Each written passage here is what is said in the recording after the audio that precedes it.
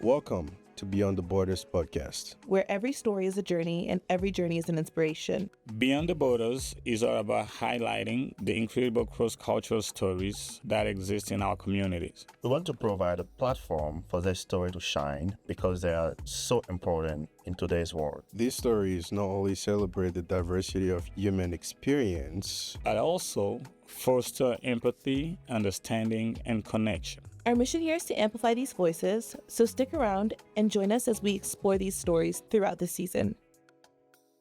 Hey guys, and welcome to Beyond the Borders podcast. We're so excited to be here with you today.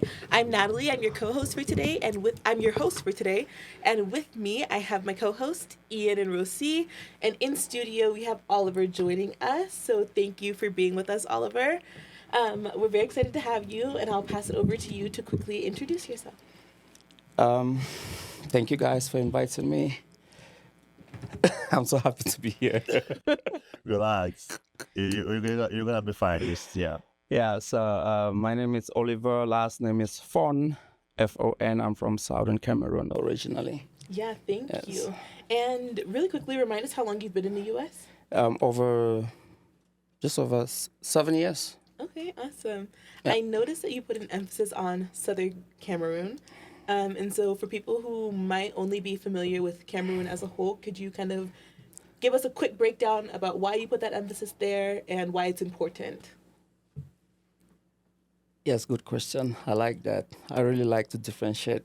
Yeah, because we're from the southern part of Cameroon is the only province, just two provinces that speaks English. Mm-hmm. So majority of Cameroon, they speak French. So we're colonized as part of Nigeria.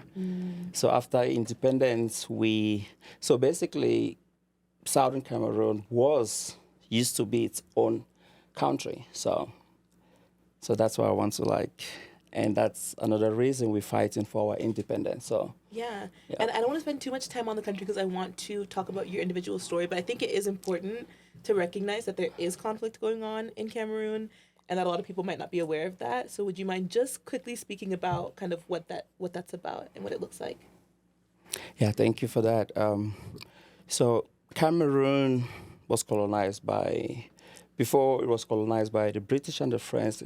By the French, it used to be a German colony. Mm-hmm. So after the Second World War, when France and Britain defeated the Germans, so it was divided between the French and the English. Mm-hmm.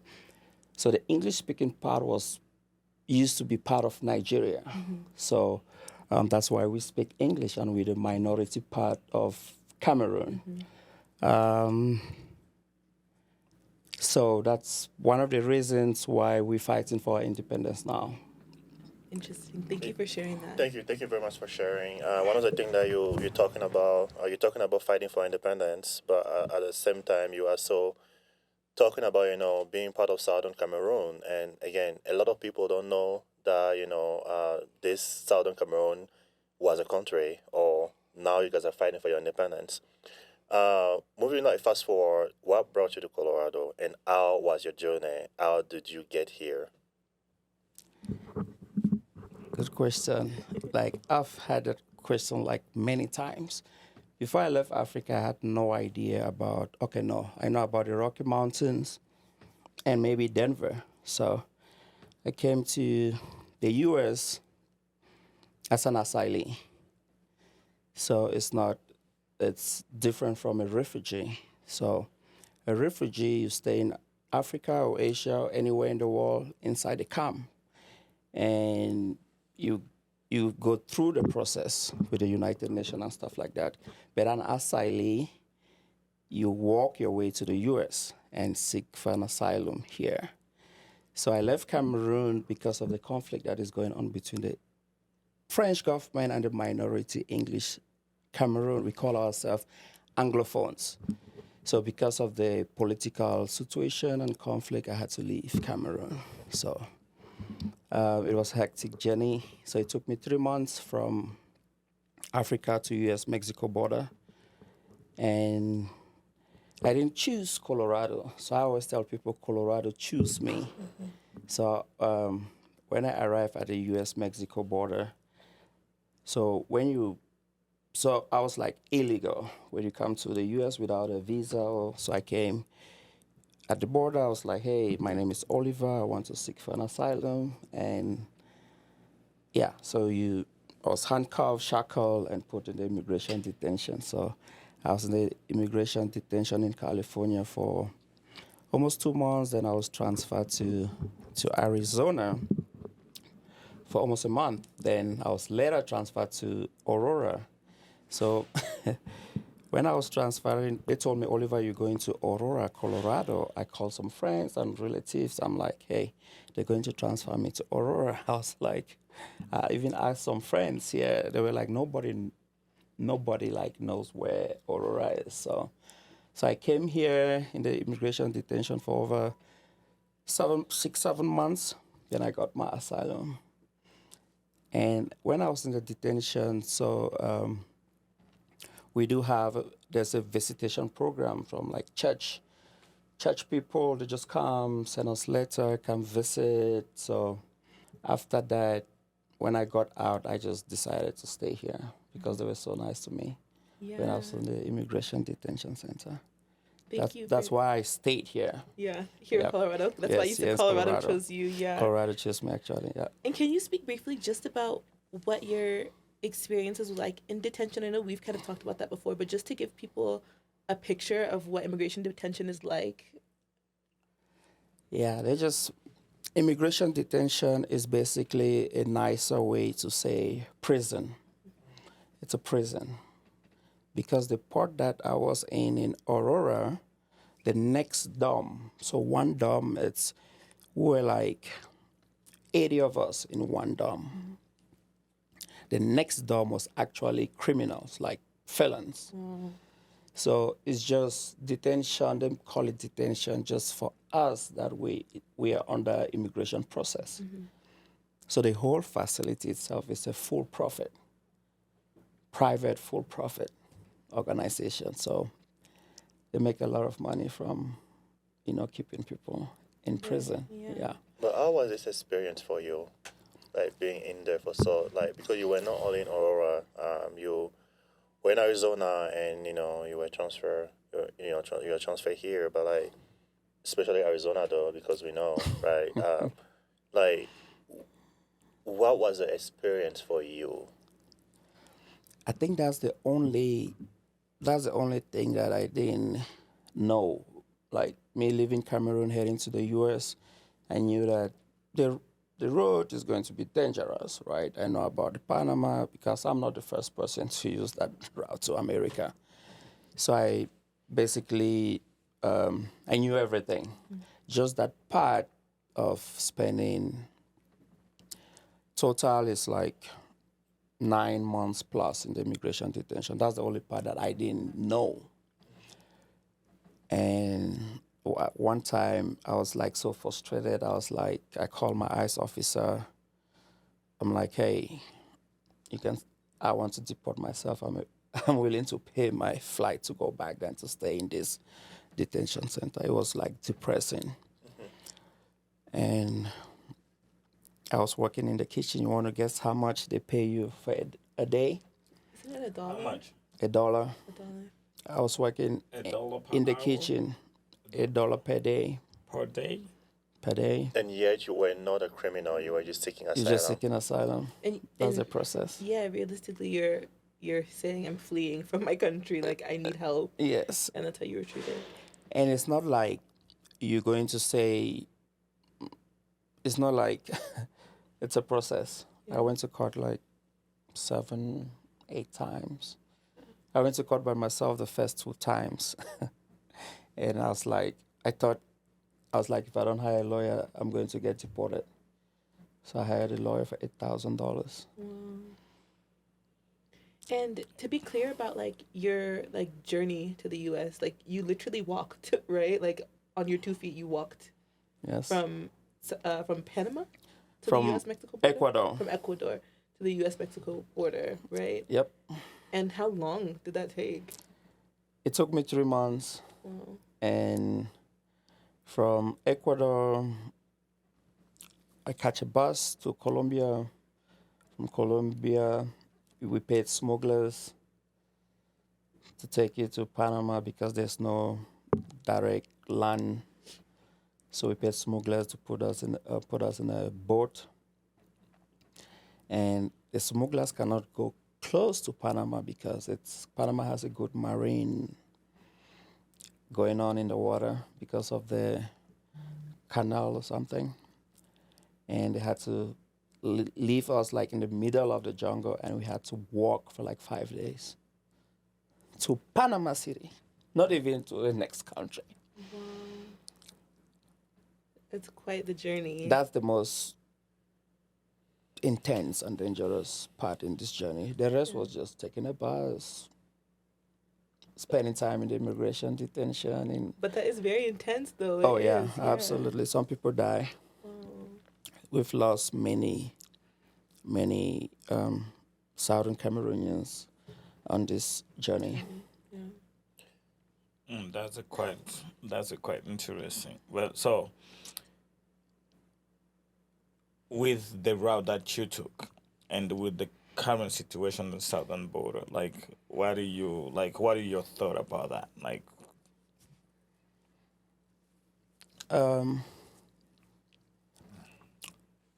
Yeah, good question. A colleague of mine, no, not a colleague, another, right, she's still a colleague because a deacon in church asked me same question, almost like the same question that, will I advise anyone from Cameroon, Southern Cameroon, to come to America? It's almost the same because and the situation in the southern border. Yeah. So it's a situation like, I didn't have any option. You have to come to America. You come to the border. I was lucky because that's end of 2016. Like the border now, even nobody can close the southern border. Do you know how long from California to Texas? You cannot. Many people don't know, right? They'll say border wall. Which border wall? In Texas, you just cross a river. In Arizona, you just walk through the desert. There's no border. You cannot. So you just go to the border, stayed a couple of days, and a couple of years ago, I stayed at the border for less than a week or so before I got in.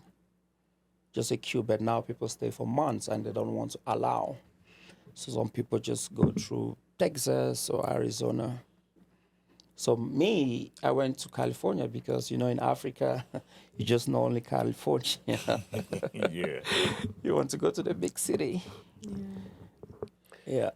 Yeah, sorry. One thing that I think it's probably gonna be worth explaining, and I would probably talk about a little bit and ask you some specific question is, we talk about your life in Cameroon, and why you actually came here. Something that I think it's probably gonna be good for our viewer to know is you came to the U.S. and you put yourself through all of this, right? Right. People usually don't understand why people are making decisions or why they even are willing to put themselves through such an intense journey. What do you want people to know, about why you chose to come to the U.S. instead of other countries? Yeah, good question. I've had that questions 1,000 times. 1,000 times. Yeah. So back at home, before the war broke out, I had two options: to go through, and that was my first option, to leave Cameroon and take the Sahara to Europe and cross the Mediterranean High Sea. I know people that left and took that route. We haven't heard from them. So America wasn't my first choice. Growing up, all we do in southern part of Cameroon, played a lot of soccer. So my interest was like Europe. I had no idea. I just started to get interest in America when I was like getting older, but it wasn't like my first decision or first option. So, and I also want people to know that, like, I've spoken about this a couple of times. You don't just sit or leave your country and you risk your life. Take this journey to America. It wasn't a vacation, right? People die. And I always tell people that I was doing well in Cameroon. I used to play soccer professionally. I used to be a soccer coach and a ping pong table tennis coach. I was fine, doing well. I had the privilege to travel a couple of African countries. So I like to tell this about, because most people, they think like all or immigrants or refugees, they come here to just, it wasn't like I didn't come for like vacations because of the condition. Yeah. I was living a good life back at home. Yeah. Not like I wasn't a millionaire or something. You were comfortable. I was comfortable and had no intentions to go live abroad because I was totally fine. And, you talked about the route to the Mediterranean and how, like, and that's a common story that we hear, right? About people who do that route and they drown or they die in the desert or all kinds of things. And at the time that you were doing this, you were already married, right? You had a wife and kids at home already. So that was that also a part of the reason why you were not willing to put yourself through that particular risk? Yes, that's one of the most toughest decision that I've made my whole life, like to leave my wife, and my first daughter wasn't even up to 1 year old. I had to weigh the risk, right, to go through Sahara, which you might not even make it to Mediterranean, and a boat that was designed. Sometimes we just use a balloon to cross. It's just very risky. Yeah. I was like, I think I'll prefer to walk months. And I wanted to transition just to talk a little bit more about, so that was kind of your journey, right? And your decision-making process. And we know that your wife also went on this journey, and there's just a lot to that part of the story. But then pivoting, you get to America, you go through immigration detention, you get out of immigration detention, and then you get a shock, right? You get some shocking news. And so could you talk us through kind of what that was and what your experience was going through this particular thing? Yes, that was hard. When I came, got my asylum, I was filing for my wife and my daughter. So they got my daughter, they gave my daughter a visa just because I had to do a DNA. It takes time for the wife, and I had my cousin and some family members were taking the same route. That's 3 years after. So I told my wife that, hey, do you want to stay and wait for the visa and follow up the whole process, or you want to follow another group that is coming the same route? And she said she's going to. I was like, all right, you can do that. And she came same route like me. But she didn't stay in the immigration detention. She was there November, January. I had to go bond her out. And 5 days after I bonded her out, after our reunification with my daughter, I was diagnosed with stage 4 cancer. Yeah. Yeah. Okay. stage 4 cancer, and your wife just came here, and you have one like a kid who's still a toddler. Like that's shocking, obviously, but like you made all this sacrifice, you made all this route to just get to the U.S. and then like stage 4 cancer. Like, what did you think right at the moment? Like, what was your idea? What was like your emotion status of mind? That's what I tell my friends now, that the same way you're trying to develop and build yourself or go to the gym, you have to build your mind, your mindset too. You have to be strong. I remember I was in the hospital after they told me the news. I called a couple of friends. I was like, this is the situation. And I said, I'm going to make it. I didn't, like, I had no, I didn't, like, I wasn't scared of cancer or anything. I said, I'm going to make it. Just because I have faith. I'm a Christian. I'm Presbyterian. My dad used to be an elder in church. My mom is still in the Christian Women's Fellowship. I went to a mission boarding school, Presbyterian mission boarding school. So I have like faith in me. And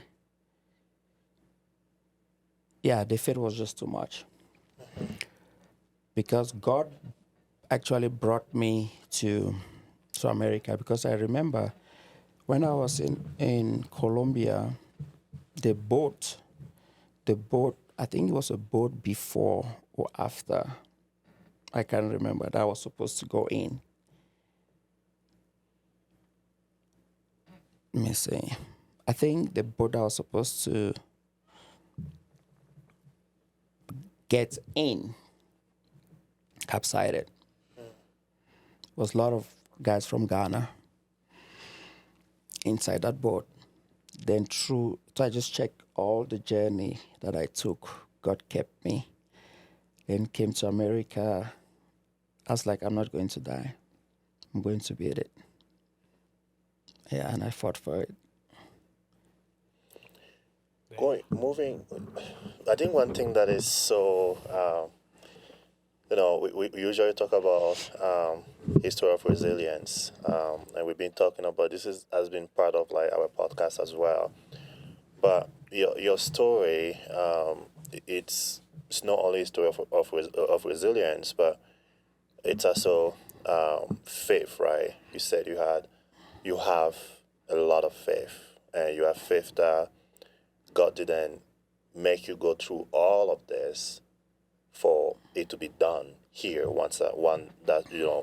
now that you're here with your family. What was just like the staff that you work, the doctors that you work with, the nurses, or you always say a lot of things about them, and you still up until today, friend with the doctors and the nurses that help you go through this journey. What are some of the things that you remember during that time, and now that you like reflecting on it, are you great? Like I'm 100% sure you're so grateful, but is it staying also part of why you always say you love this country so much? Yes, that's one of my best decisions that I've made. It was one of the toughest and one of the best decisions I made, to leave Cameroon, Southern Cameroon, to the U.S. My dad died in 2020 just because we're not able to transport him from the English-speaking part to the French-speaking part. No infrastructure like road, the war is going on, everybody's scared. So it took longer for my dad. So just imagine me being diagnosed. First and foremost, there's no no structure, like hospital structure or anything, right? So I made that decision. I'm very grateful to be here in America.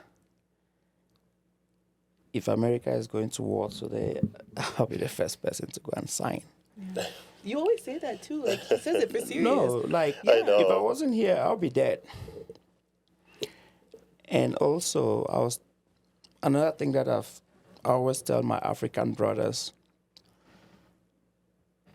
to check ourselves.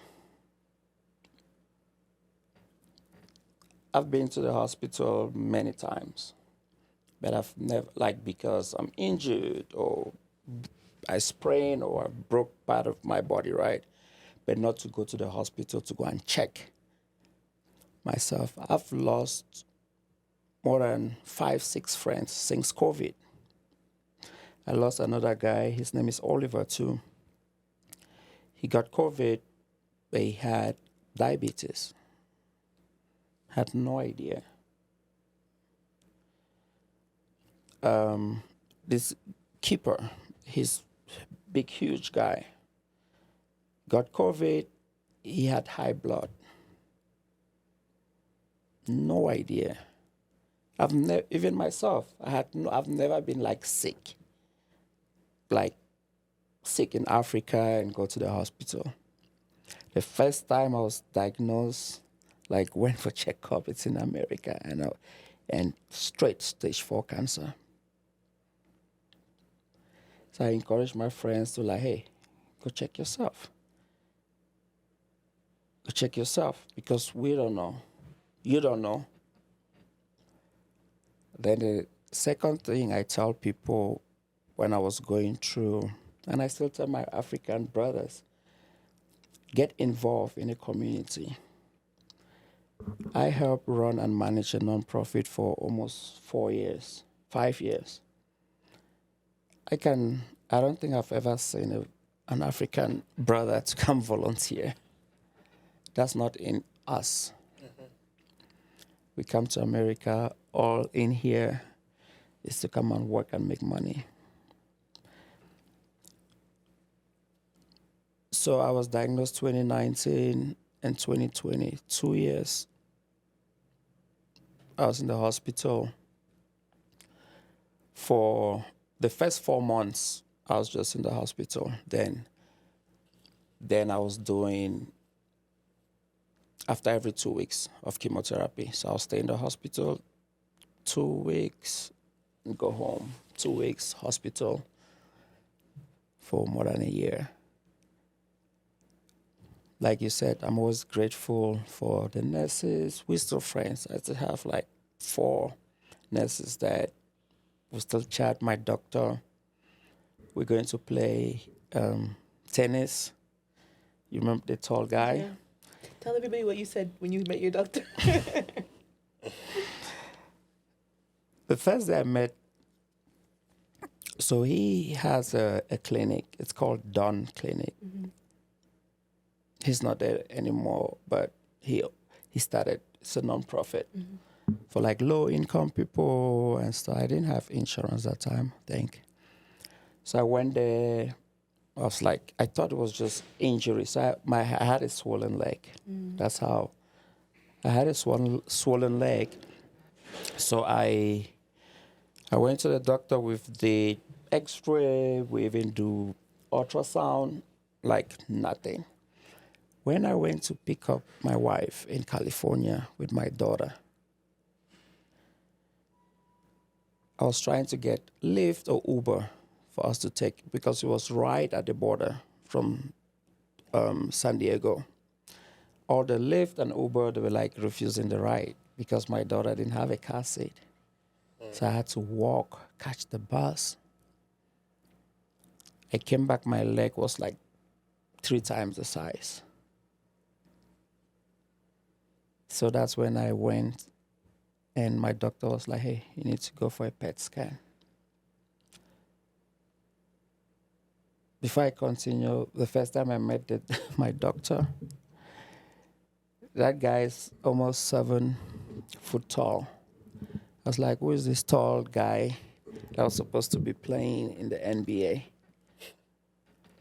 So he laughed. I was like, did you play? We actually had a conversation. He said he tried to play, but he sucked in basketball. So, and I always tell him, I'm glad that you didn't make it in the NBA. His help, I've referred more than 30 immigrants to Dunn Clinic. My wife went to Dunn Clinic for free through her pregnancy.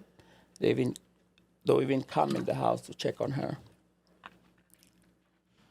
So I tell my African brothers that it's not only this money.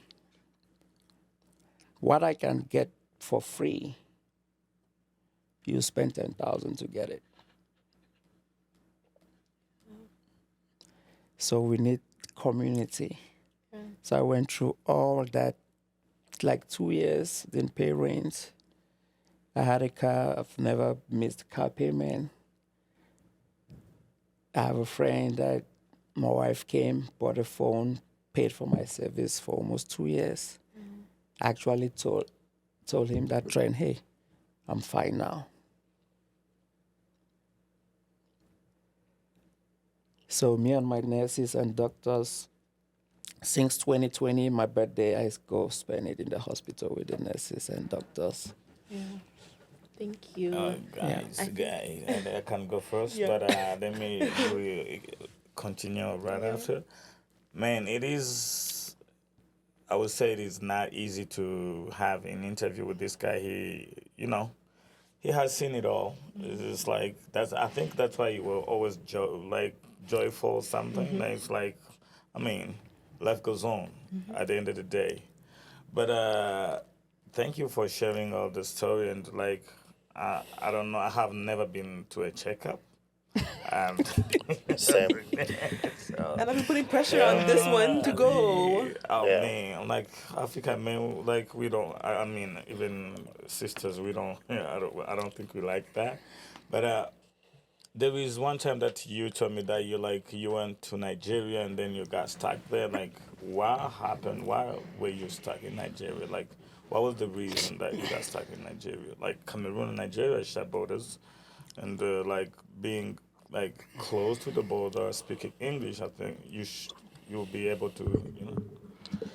Yeah, I got stuck it wasn't at the border, it was at the airport. Okay. So Cameroon, I just crossed. I don't need any visa, right? So it was so I went, the hotel that I was staying, I had some CFA francs and some dollars. So I had to change the money. I had about, let's say altogether, like, flight was like $3,000 on me. Then I had some CFAs. I had to change the money. So this other guy that has been, I've never met him, but many guys, like 2-3 guys, that have used him to help them to just navigate through Lagos and change money. He's just like a middleman. So the hotel that I was living in, I was just like, while waiting for my flight, we're just having fun, like downstairs in the hotel, we're just drinking and stuff. And I had my money in my bag. So I left it there, and he took the money and left. He stole the money. So couple of days, I didn't have money to continue to stay in the hotel. So I went to the airport. I cannot go back to Cameroon. I slept at the airport for almost 3 weeks and raised money for flight there at the airport. How did you raise money? My wife, hey, I sold, my parents they sold a plot of land. My wife was using a nice Android phone. She sold the phone. I had my car. I sold the car. Borrowed money and paid the flight. So my journey was a one way. It wasn't. It was a one way. It's do or die. Because I'm not coming back. Because even if I go back, I was targeted. So I'll still be in jail or get killed or something. Yeah. And I know about people say a lot of bad things, even you, about Nigerians. Sleeping today.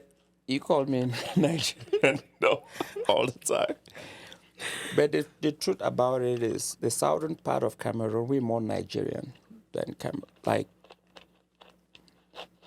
we're more Nigerian than the actual Cameroon. That's why you're always fighting about the jollof rice being better. Yeah, than that's why he entered the jollof rice wars. But before we get to just that kind of joking around and stuff, I just wanted to say that I really appreciated you really emphasizing the importance of having faith in God and how your faith in God got you through the journey that you were on. I think that sometimes when we're in a storm, it's really easy to be like, oh, God's forgotten me, or oh, is God still there for me, and all these things. And I think that like you being in a space where you were just now feeling like I can take a breath, and then something so heavy happening to you, and still maintaining your faith in God, and even understanding that like it's even possible that God brought you through this to America so that you would be here and be able to get care and be able to get through what was going to happen to you. Because like we always say, like God knows what's going to happen to us. The day we were born, God knew all these things were going to happen to you, but he designated a path for you to be able to get through it, you know? And I think that like you having that faith in you and remembering it and always reminding of it, I think is so important. So thank you for sharing that and for really highlighting that and making it a central part of your story. No, absolutely, absolutely. I tell people that I used to have some friends.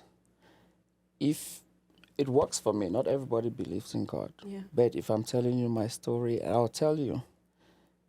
If you don't believe in God, hey, that's your problem. Mm-hmm. I believe in God. I tell people, believe in something, whatever, but just believe that there's a higher spirit there. Yeah. Something higher than yourself. Something higher than you. Yeah. Because if I show you my diagnosis, like the picture, before and after, I was just a walking dead person. Wow. Like, they didn't want to tell me, they didn't know that they didn't know that I was going to, well, no, stage 4, you know. Stage 1, 2, it's okay, you know. 3, 4, it's like, they give you a couple of months to go spend. Yeah. And thank you also too, just as I'm saying my thank yous to you, thank you also for highlighting the importance of getting checked up for African men. What is it? Because they need the reminder. No, and listen, let me tell you, because my dad had cancer, right? Yeah. And my dad had pancreatic cancer, and he was diagnosed in the early 2000s. So at that time, there was no treatment. There's still no cure for pancreatic cancer. So anybody who's diagnosed with that, they know that it's terminal, right? And even for my dad, he was sick for a year before he was actually diagnosed, and he wouldn't go to the doctor. He was praying, doing his heating pad, drinking his tea and stuff like that. And my mom is a nurse, so at a point it got really bad that he was like fainting. And my mom was like, "Okay, we need to get you checked out." And then they got diagnosed. But even with him, the same thing. It was like he had so much faith in God that he was going to get through it, that even the time that they told him he was not going to make it through, he still lived far beyond that, you know? And so I think that, one, it's important to get checked up. Come on now. Important to get checked up. Okay. No. If you're watching this and you're an African man, if you're a black man, if you're anybody, it's important to get checked up. So go to the doctor, get your labs, get checked up. And 2, it is important to have faith, to believe in something else, and to be mentally strong, like you said, because that's what gets you through things. You know, even though my dad ultimately passed away and it wasn't the result that we wanted, the things that he was told by medicine it didn't apply. It wasn't exactly how medicine said it was going to be for him. So thank you for all of these reminders that you bring. And we're going to have an Oliver message at the end of every podcast episode. And remember to go to the doctor at the end of the podcast episodes, because it's necessary. It's compulsory. It needs to be done. Yeah. And I think that a lot of times as Africans, it's like, if I'm not sick, why should I go to the doctor? Yeah. I mean, like, I think it's because of how we grew up. Yeah. It's like we go to them to see a doctor. We don't have enough doctors. We don't have enough hospitals in the areas that we grew up in, and then we only go to the doctors when we're sick. Yeah. So I think that's why that may be the reason. But now that we're here, we should change our mentality. It's like, you go get yourself checked out. But before we let you go, like, I have two quick questions. But the first one, you were making $1 in the kitchen. And how have you been able to pay the lawyer? That's the first one. And like, how did you get to raise the money, or like, you will let us know in details a little bit about that, and tell us the importance of having a very understanding partner, or a very supportive partner, like with the journey that you had, with the diagnosis that you had, with like all the situation that which let you move out of your country, you go to Nigeria, got stuck at the airport, and then you like I have to make this journey. Like, how is it important to have like a very understanding and supportive partner? Like, Okay. The first part is about the $1. So that $1 was just to make calls. I had to work for 5 days to make a 2 minutes call. Wow. And not everybody can afford $8,000. It cost me $25,000 to $30,000 from Africa to America. When you get here, how many people still have money to pay for a lawyer? And if you don't have money to pay for a lawyer, you'll be deported. You'll be deported. So that's the first part. The second part about the whole journey, and my wife, I'm not gonna let you go on that one. we've been. Tell me, like, but it was from from the family. It was like To pay for the lawyer. you for the Oh, to pay for the lawyer? Yeah. Oh, yeah. Oh, yeah. The lawyer is from Cameroon, to Southern Cameroon. Okay. I've referred more than 500 people to him. He knows everything. When I was in the detention, I was looking for a pro bono lawyer. And they came to me. They didn't buy my story. They didn't even know where Cameroon is, not to talk about where a lawyer, she didn't know where Cameroon is, not to talk about what is happening in Cameroon. She didn't buy my story. And I had to look for a Cameroonian lawyer. And it was good because the guy actually sold one of the land, my dad's land, in the village, and paid for the lawyer too. And he was so kind. I didn't pay all the money. I got out, started working. I was like, hey, I'm going to pay you $500 after every 2 weeks. That's how I managed to pay. Then the other part about I was just like lucky to have my wife. We've been together since 2010. Got married 2012, had our first daughter 2014. I mean, we have live in my parents' house in a 1 bedroom in the village and cook in a, the 3-stone fireside. If I tell my wife that, hey, let's go back to Africa now, she's not going to hesitate. She'll pack and we go. So she's I was just lucky to have her. She's like my best friend. And we went through all of this together. I just need my wife.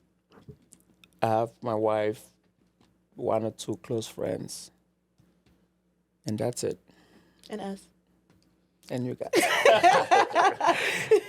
That's it.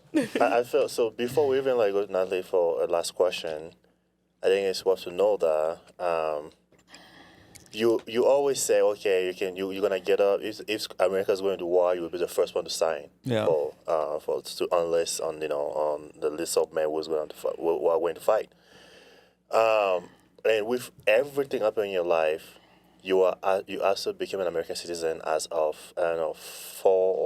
5 or 6 months ago. Yeah, so last year. So you love Cameroon, right? You love Southern Cameroon. Yeah. But would you say that you love America more than Southern Cameroon? What kind of question is that? No, Southern Cameroon, that's home. Yeah. There's no place like home. There's no place like home, yeah. But yeah, it was just joking. There's no place like home. Like even when I got my passport came on Thanksgiving Day. Wow. I was so excited. Then I realized I cannot go back home, like where I grew up. Mm-hmm. So I can go to the French-speaking part. Is that where I grew up? Mm-hmm. No. I don't know anybody there. So I'm taking you to Kigali. So. Oh yeah, absolutely. Yeah. Let's go. We have to go to Ghana too and eat Ghana jollof since you decided to enter the culture wars. Since you entered the culture wars, we have to take you to Ghana so you can eat Ghana jollof properly. I actually love Ghana. We know. I actually love Ghana. And yeah, we know you love Ghana. We know you love us, so we know. But thank you so much for being here, for sharing your story. And I think that for anybody watching who's not familiar with Southern Cameroon, please do your research. Please read about it, watch videos about it, learn about what's happening there. It is a conflict that is not often talked about and that deserves attention as well. So please do take some time to get some information about that. Oliver is Southern Cameroonian through and through. The only time where he wavers is when there's football on. That's when you can see him becoming a patriot of the entire country. But aside from that, he is always rooting for his country and always doing a lot of advocacy work around his country. So definitely, connect and do your research, learn more about what's happening there. Since you have entered the culture wars, we do have to ask you a very particular question that we like to ask everybody, though. It is, and we know the answer to this question, but we want you to tell everybody else, is what is your favorite food from your culture? And what's it called? What's in it? And why should everybody try it? Just to let you know, it's not gonna be jollof rice. No, we all know what it is. Okay. We see him eat it. He was just posting it over the weekend on WhatsApp last week. I saw it. I eat it like 3 times a week or 4. What is it? Yeah, but tell everybody what it is and what's in it and why they should try it. It's called achu. It's the spices that they make the soup, the sauce. I don't even know. We still need to do a research and find those people that combine those herbs and do it, because that's magic. Yeah. Ian has tried it. Yeah. Yeah, it was nice. Yeah, it's, I don't know how to describe it, but it's special. Yeah. And you eat it with with cocoyam. Cocoyam, it's another cousin of yams. You have different types of yams. It's a specific type of cocoyam, but same family. And it's Because- pounded cocoyam, And right? it's pounded like porridge, right? You can pound it, and it's like porridge, but yeah, nice. And give them like a description of like how I feel like it always intrigues me because of how it looks, like the color and everything like that. So Yeah. give us a description and how you mix it to get that color. It's actually palm oil makes it looks yellow. So with all the combination, the concoction of spices, it makes it it turns yellow because of the palm wine. And yeah, it's most people I don't eat it in restaurants. Okay, so it has to be homemade. It has to be homemade, and my wife actually learned how to make it because Because of you? because of me. I can drive 2 hours. I can drive 2 hours in Africa to go and eat that food. Okay. Well, your wife has been through a lot. your wife has been through a lot. She's really been through a lot. We salute you, Shout out sister. to Mama Katie. We salute her No, for real. Yeah. So I haven't been through a lot. Please, please. So she actually like learn how to do it, and that spice is very expensive back at home, especially like now people don't go to the farm or to the forest because you can go and don't come back. Yeah. So the few that is like 4 times the price. Wow. So you're saying that anybody who wants to try it is invited to your house, right? That's what you're Yes, saying? Okay. yes. Same, We still have to go and try it. Yeah, so. Yes. we still Yeah, have same. to come and try. But Yeah, don't- if you want to try it, you guys heard it's at his house to try. Can we Yep. send you the address? Guys? You just have to, like, We'll link the address yeah. below in the video If you description. live in Colorado, in Denver, just let us know. We're going to send you the address. Yeah, we'll have an achu party and achu come. party. yep. But- And when you drink the soup, you don't get drunk. So Oh, So, Yeah. the soup is alcohol? no, you don't. You can drink alcohol with the soup. You won't get drunk. Oh, wow. Oh, Rosie, you should try. Well, Yeah, you should try. anyway, one last comment. Oliver, can you just give us like 1 minute tell us about your project? Why, like the movie thing, the Yes. book, or like? Yeah. Yeah, just 1 minute So- quick thing. So I'll be working on a book just to tell my story about Cameroon, Southern Cameroon, where I left, and my whole journey to America. And also, it's going to be a book and a documentary. So I just want to like share my story of resilience and hope. faith and hope Yeah, and all the good side. yeah. And you said you actually going to go back to Colombia So to do this route. yes, Not doing it like it's basically about you're going to go back to Colombia so you actually capture the story, the authenticity of the story that you yes, try to retrace. Yeah. Not do exactly what. want. Yeah. If you, I cannot do. He said, that's one thing I'll never again, never again. What I went through, even if you give me $2 million to go took a high, the boat that transferred us, that took us from Colombia to Panama, it was a flying boat, lightweight. How many people? The boat was designed for like 5-6 people. We were there like 20. Jeez. That's that. Like that's, if anything happens, you're gone.